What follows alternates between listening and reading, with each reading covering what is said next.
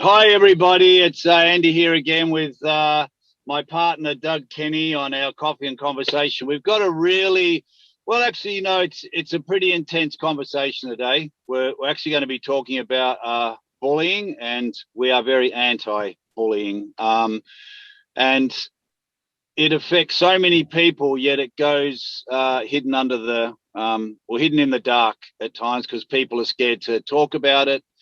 Sometimes kids don't want to let people know or their parents know because, they feel ashamed, or they're afraid that when the bullies find out what's going on, they're going to get into more strife with them. So Jerry Trimble is our guest host today with us.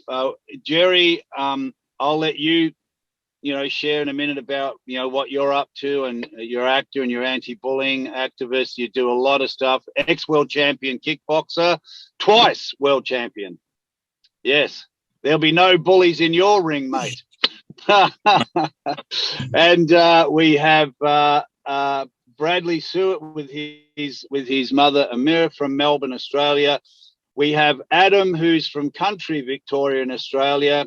And we also have, obviously, Doug Kenney. And hang on, who else have we got on here? We have Jerry. Oh, I think I've got everyone. Did I get everyone? Yes. I did. Wow, I'm not that old. I didn't have, little touch of memory loss.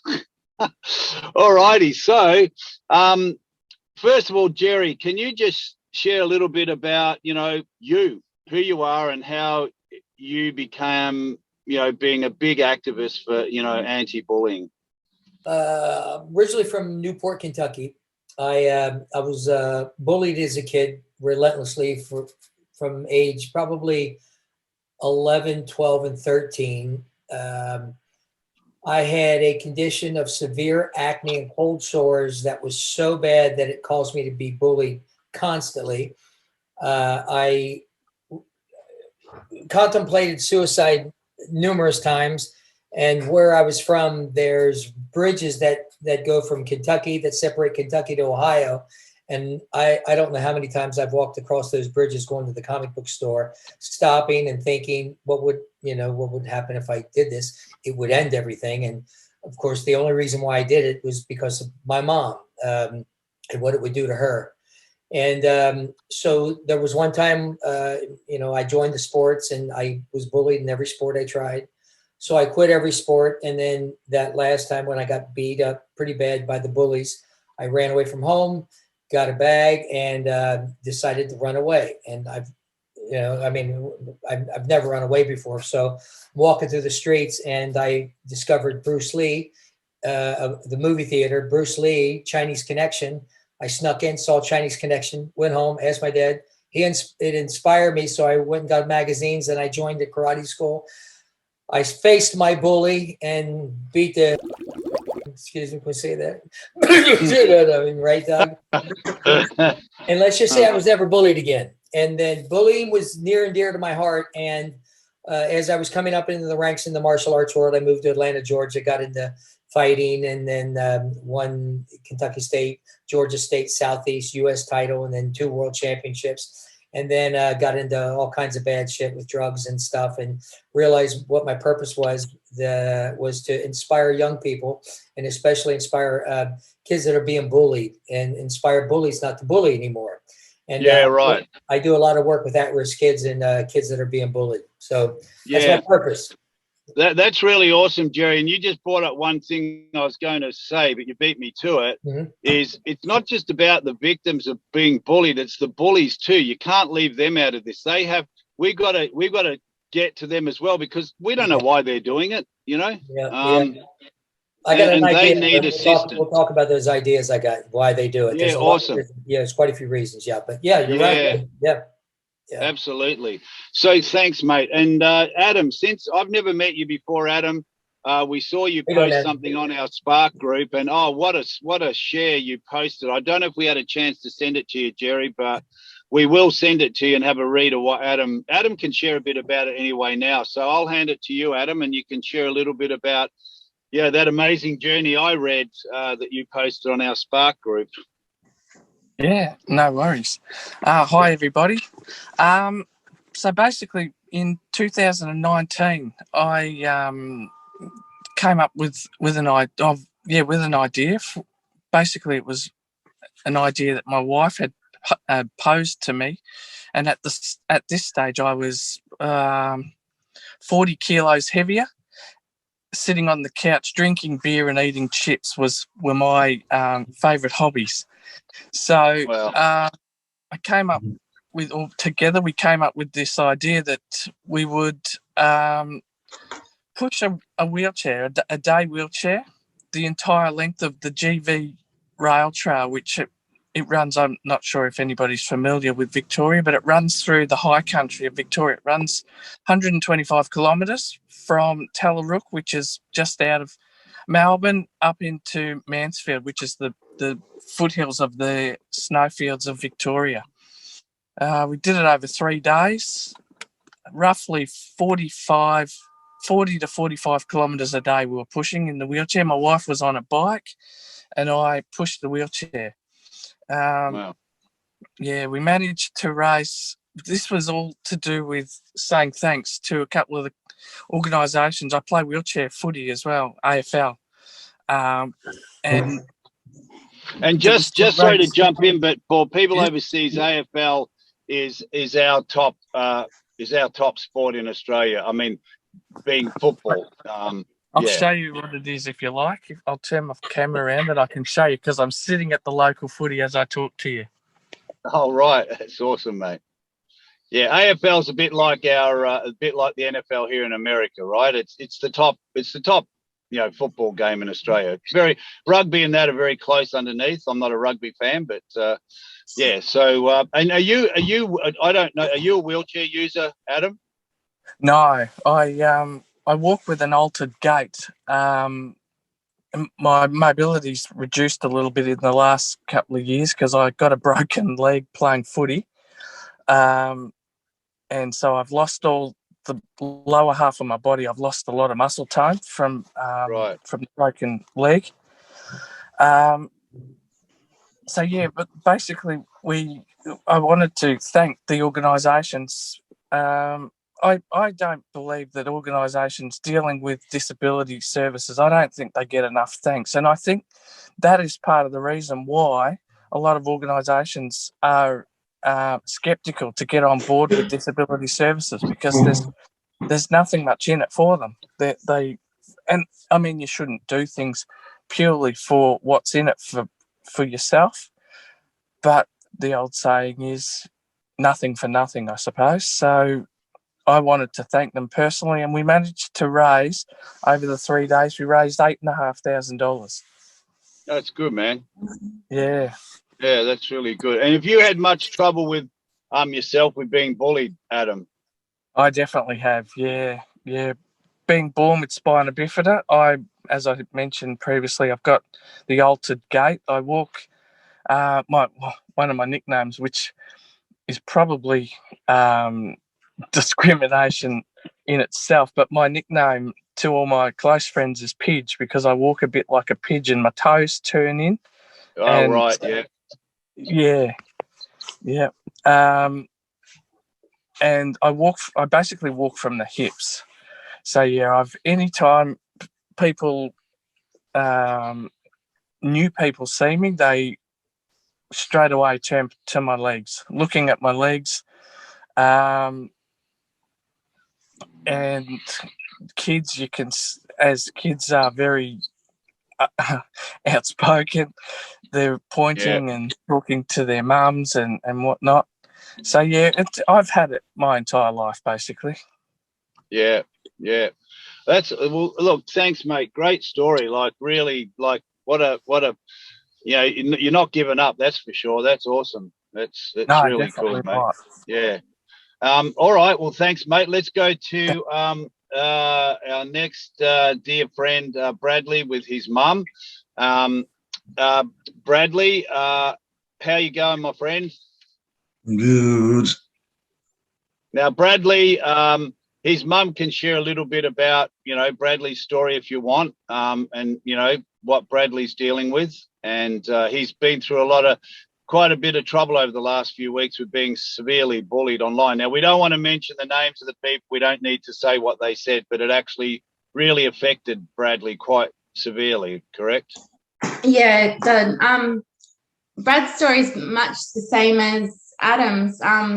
Like with the bullying and things, Brad actually decided to post YouTube videos to show people that he was more than just a person in a wheelchair, to show what he could achieve.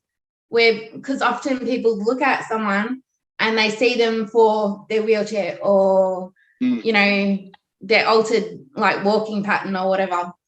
Brad's 23 years old. You know, he's focused on his future, what he wants in the future.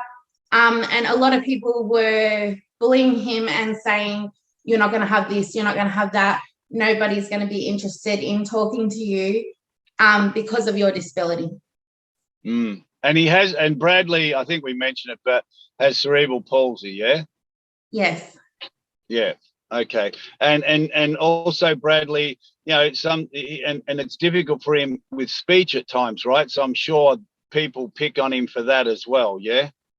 Very true, yeah. Yeah. But he's a champion, though. We've known him for a while now, and yeah, I wish I was in Melbourne, mate, when I heard these guys were bullying you. But anyway, we won't get into that because that's not how you solve bullies. Jerry, probably lucky me and Jerry weren't in Melbourne. All right. But look, what effect does it have? And I am only joking, we are not vigilantes. But what effect does it have on people like Brad and you know, Adam shared his and Doug will also share a bit. The bullying actually, I don't know if people actually really get how it affects people with disabilities or what they're struggling with, and then they get bullied on top. Because I saw the images of Bradley crying and he was distressed, like really distressed. Well, that's what I mean. They don't understand that internal struggles that someone has with a disability or any difficulties already before on top they throw more. Yes. Yeah. And it's hard for you to deal with because you're trying to support him, right? Yeah. Yeah. Yeah, absolutely. Yeah, look, you know, I know what's like. My son got bullied at school only recently, and yeah, it affected him. He didn't tell us or tell his mum, but then eventually he did, which was so amazing because a lot of times kids won't say it, and he did tell his mum about it. And look, it's all sort of sorted out now, but bullying is it goes way beyond what Jerry said before. It goes to the point where people will take their own lives, and we're talking young kids, right? Yeah. Let alone adults being bullied. Like anyone who gets to that point where they've got to take their own life because of bullying, wow, that's why we are playing our little part here to really bring this attention that, you know, the victims of bullying need to be really supported, and the people who are bullying, they need help as well. Because I don't think sometimes they realise what they're actually doing or causing. And it's a whole new ball game when it comes to social media too, because they get behind the computer then it doesn't matter who they message. Like I had people message me bullying Brad by messaging me. Wow. That is actually just disgraceful. And I don't want you to share it here, but I know what they said, and seriously, it would have taken a little bit not to go knock on that door and say, do you know what your son's actually doing? You need to have a look at this text message, what he sent to this boy's mother, because that's me, and I'm going to say it straight out. If that was my boy, I think I would have been knocking on the door and going, hey, you need to talk to your son because this is what he's doing and this is what he's causing. I think it's disgraceful. Yeah, I think there should be a law. I mean, who knows in the future? There should be a law passed because if an adult was doing that on the street to another human being, to another adult, he would probably get thrown in jail. If you are physically bullying someone, you are verbally bullying someone, the parents, a lot of parents are going to probably hate me for this, but the parents should be fined. They should be fined if the kids are physically bullying some other child. The parents should have the ramifications. They should have to suffer the ramifications, because I guarantee you that if the parents are going to get in trouble, they'll straighten their kids up really quick. They'll get on their kids a lot more than they do. And there should be a law passed. There should be a law passed, because if another parent takes it out on another parent, it could come out to be worse. And parents need to be held accountable. They need to be and that's right what you said, Jerry, because my reaction is you protect your kids, and I'm by no means am I squeaky clean. The reason God's led me now to what I'm doing now is because of the anger and stuff I had all my life. I never bullied anyone, but I certainly hurt people with my verbal tirade in partnerships and relationships, defending myself because don't you making me wrong. So that's a type of bullying when you're verbally yelling at people. So thank God I had my awakening years ago, where now I can be a stand for other people, because I know what it's like to be the person who is screaming and yelling with anger. And I'm talking from a kid 2 years old right through to adulthood, because it was never addressed, and you're right, Jerry, if you have a parent going to the door, knocking on the door, next thing they could be fighting, and then that hasn't solved the thing. And it's not the parent's fault that the child is bullied. No. It's not. But sometimes it is, but not all the time. But the parents should be held accountable. I believe that. I guarantee you bullying would drop tremendously if the parents, if the kid's going around bullying, and the parents, next thing you know, they're getting a knock on the door by the cops going, we're going to give you a citation. Here's a $1,000 fine. Then next thing you know, you're going to jail if your son keeps bullying this kid. I'm exactly with you on that, I agree. You get citations for not wearing a mask. You can get $1,000 fines for not wearing a mask, mate. It's a little bit of unbalance somewhere. I mean, I know we're wearing masks, we all do, but I mean, there's a bit of unbalance, and maybe people are scared to touch that, making accountable. But Jerry, I remember I worked with you years ago, and everybody, I don't know if Jerry mentioned, but Jerry is an actor, and he's had some great nominations for great awards. He's worked with, I'm going to say it, I tell everyone, my mate was in Heat.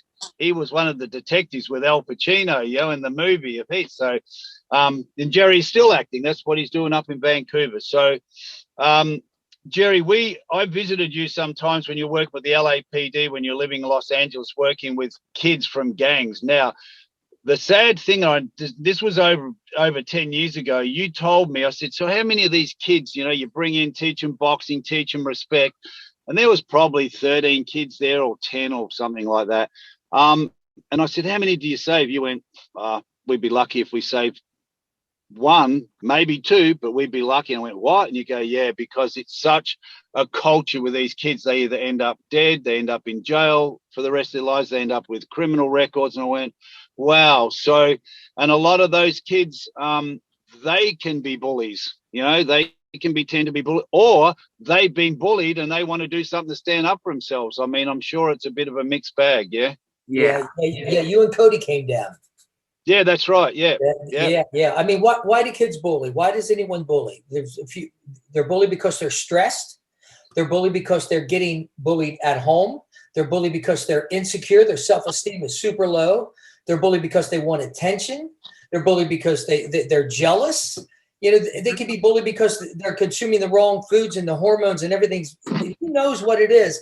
But I was talking to Bradley last week, and we were talking about it's the thing everyone needs to understand, especially the people that are being bullied, is it's not them, it's the bullies, and you gotta kind of feel sorry for the bullies. They're the ones with the problems, they're the ones with the issue, and if we can somehow help the bullies and help them to learn how to do what's the most important thing in the world, Bradley, that we had talked about last week. The number one thing in the world, man, the number one thing in the world is what? Loving yourself. And I asked him that, and I'm like, got it. Loving yourself is number one. If we can just inspire others to teach them to love themselves. And when working with the East End Boys Club here, as well as the LAPD, when I work with these kids, these kids are like gangbangers, and I see them smacking some kid in the head, and I'm like talking to them saying, listen, these kids, they don't like themselves. They got anger issues and shit. But when you help someone to learn how much potential, because every human being, I believe, has amazing potential to do great things. And I believe it's everyone's responsibility to help one another. Oh my God, if everyone was to try to help each other, and then help each other to realize you have amazing potential, and let's help you find that potential. Loving yourself is number one. And when you start loving yourself and you start really being kind to yourself, man, doors open. So true, Jerry. And it's like what you just said about the anger. Like, as a young kid, and look, I did blame my dad for it, but I can tell you right now, it's nothing to do with my dad. I saw them argue, my mum and dad argue, but what parents don't have a disagreement? But for me, out of all the siblings, something in me, and to be honest, I don't know whether I had Asperger's or a bit of autism, because some of the things I hear, I go, that sounds like me a little bit sometimes, right? But I made that mean something. And as that grew, the more my dad would have a go at me or yell at me because I did something wrong, but I'd make him wrong for it. And I tell you something now, when I coach and mentor people and talk at live events, I share this whole thing. It wouldn't matter who you were. You make me wrong, and I'm going to give you a tirade of volcanic lava coming out my mouth, because I didn't want to be wrong. I'd get pulled over by a cop from the age of 18. He would just pull me over for a tail light out. As soon as he come to the window going, what do you want? Well, you got nothing better to do. That's the first thing that come out my mouth. And I'm not going to get into trouble. Oh, yes, I'm going to get. And then it just got worse. So when you don't deal with anger, it will leave you alone. It will put you alone, and you'll be separated from society, because no one wants to be around an angry person. Hence my broken relationships, which now I say, everybody that, I had the unfortunate, to hurt them with, verbally and spiritually, thank God those relationships have been healed now, and I'm able to, create the better relationship with my kids and people I've traveled with during my life. Because if you don't, man, you're going to be alone on this island with this whole planet if you don't deal with that anger. And just quickly, before we go back to Jerry, Doug, what was your issues at school? What was it like being bullied for you? Yeah, all I got to say is, growing up, there was a point where I was bullied. For a number of years in elementary school, I had a personal bully named Yeah, he was a guy that liked to steal my toys from me, which was kind of bullying back then. He liked to steal my toys in school and act like they were his own. And so being that I was a kid, that always got me upset. But at the same time, as I got older, I started going through some hormonal changes and struggling with some personal demons. There were a couple of occasions where I was bullied in high school, but to be honest, this is coming from a guy who, for a brief period of time, was kind of bullying people himself. And I'll be the first to admit that.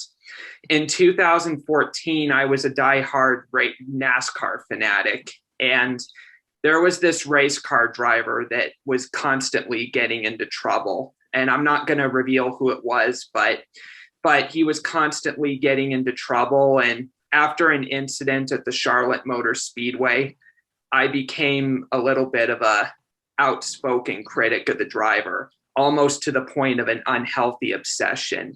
And I started kind of saying awful things to him on social media and even to a lot of his fans. And years later, I just have to say one thing, I was wrong. When I saw what the bullies did to Brad Sewart and what they texted him, it really reminded me of the circumstances that I was in. And, I've been involved in a lot of social media issues and no one benefits from them. And, if I had a chance to do it over again, I wouldn't have said the things I said about the driver, and to his fans, I would not have done it. I don't, and if Facebook if they go on to, penalize the bullies that bullied Brad, I really think for cases like that, a suspension is necessary from the platform. I think a 6-month ban would be appropriate because it's the funny thing is, Doug, what you just said about banning, my friend got banned for 3 days, and it wasn't even bullying. He was posting a thing about a certain terrorist organization and what they were up to, and he got banned. He wasn't supporting the terrorist organization. It was a video about this is what these people are still doing, and he got banned by Facebook. I get what Facebook is trying to do with making sure people aren't doing stuff like that. I definitely think they need to take those measures, but they also need to watch the video before making decisions like that. Well, they need to balance it. If they're going to ban him, okay, you ban him, but you also need to be looking at people who are bullying. And Doug, thanks for sharing that. Jerry, what sort of tips do you have for, let's start with the bullies first. Like, what sort of education would you be giving people who are bullying others? First thing I teach them is how to meditate. Meditation, what it does to the mind and the spirit and the body, and just, it calms your spirit. It calms that ferocious beast inside. Because I used to be an angry guy, and when I was living in Los Angeles, and the driving in Los Angeles, you get that in front of people, and they get out and road rage and shit. Once I've been meditating for about, I've been here for 11, I've been meditating for about maybe 12, 13, 14 years. It's changed my life in a way that nothing angers me. I mean, really, nothing angers me. I would teach them meditation. I would teach them how to work on themselves in a whole different way. You can work on yourself by painting, by physical exercise, which are great ways to work on yourself, artistic ways. But when you start going inside and you start meditating, you start visualizing, you start doing affirmations. Affirmations reprograms the subconscious mind. And when you start, like these kids that I'm working with the East End Boys Club, like I just had a session tonight, we had a bunch of kids, and these were tough kids. And I started doing the program about 5 weeks ago, and we started meditating, and to see what they've been getting out of it and how calm they are and just more peaceful. They reacting differently to certain things. Creativity expands. Everything happens. I would first start with the kids, helping them to understand what they're doing is wrong, and that it reflects on what they think of themselves. When they hear that, because nobody says, hey, quit bullying, stop bullying. It's not right. Okay, you can say that and talk to your, ears are blue, but when you start teaching them how to go inside and how to work on themselves internally, everything starts to change. And when they start realizing, listen, you're spending this time on being angry at someone else and being pissed off and verbally assaulting someone, it's taken away. You cannot, it's impossible, it's virtually impossible to create any kind of miracles in your life and create the life that you want if you have this negativity. And when you're a bully, there's constant negativity there.